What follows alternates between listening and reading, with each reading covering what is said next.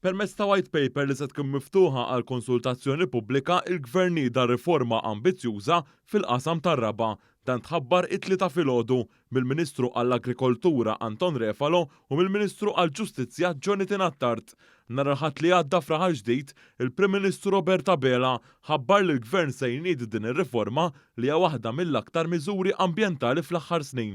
Il-Prim Ministru spjega li l-prinċipji ta' din ir-riforma huma li bil-ħarsien tar-raba se tiġi garantita mhux biss is-sostenibilità tal-bidja iżda wkoll dik tal-produzzjoni tal-ikel filwaqt li jitħares l-ambjent rurali. Din ir-riforma qed issir bħala parti mill-politika nazzjonali għall-agrikoltura sal-2028 u wkoll fid-dawl tal-fatt li l-pandemija u l-invażjoni tal-Ukrajna uraw aktar minn qatt qabel l-importanza tas-sigurtà tal-provvista tal-ikel.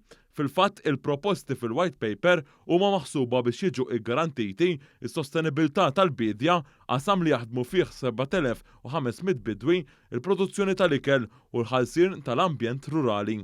Din ir-riforma ambjentali kbira tingħaqad ma' sensiela ta' riformi ambizzjużi u koraġġużi li twetta il-Gvern immexxi mill-Prim Ministru Robert Abela fosthom dik li twettqet fil-liġi tal-kera.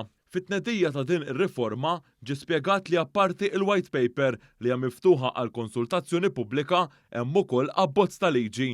Il-Ministru Anton Refalo qal il-white paper fiha l-viżjoni għal futur f'dan il-qasam u se tara wkoll li ssir ġustizzja mal-bdiewa.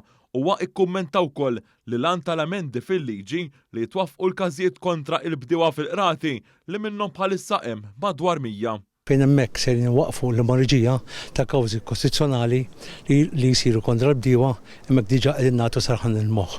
Però mbagħad għandna l-white paper hija viżjoni kbira fejn il-kunċett għan nibdluh totalment minn bidwi li jkun full-time jew part-time għal kunċett ta' bidwi attiv u ġenwin. Min-naħa tiegħu il-Ministru Jonathan Attard qal li din hija riforma importanti li biha il-Gvern qed jintervjeni biex jissalvagwardja l-art agrikola u l-pajjiż ikollu s-sigurtà tal-provvista tal-ikel. L-għata dan l-abbozz la jiġi dawn l-emendi f'kapitlu 199 tal-Liġi ta' Malta se jkunu qed iniżlu aktar bilanċ għax huma bbażati fuq il-proporzjonalità.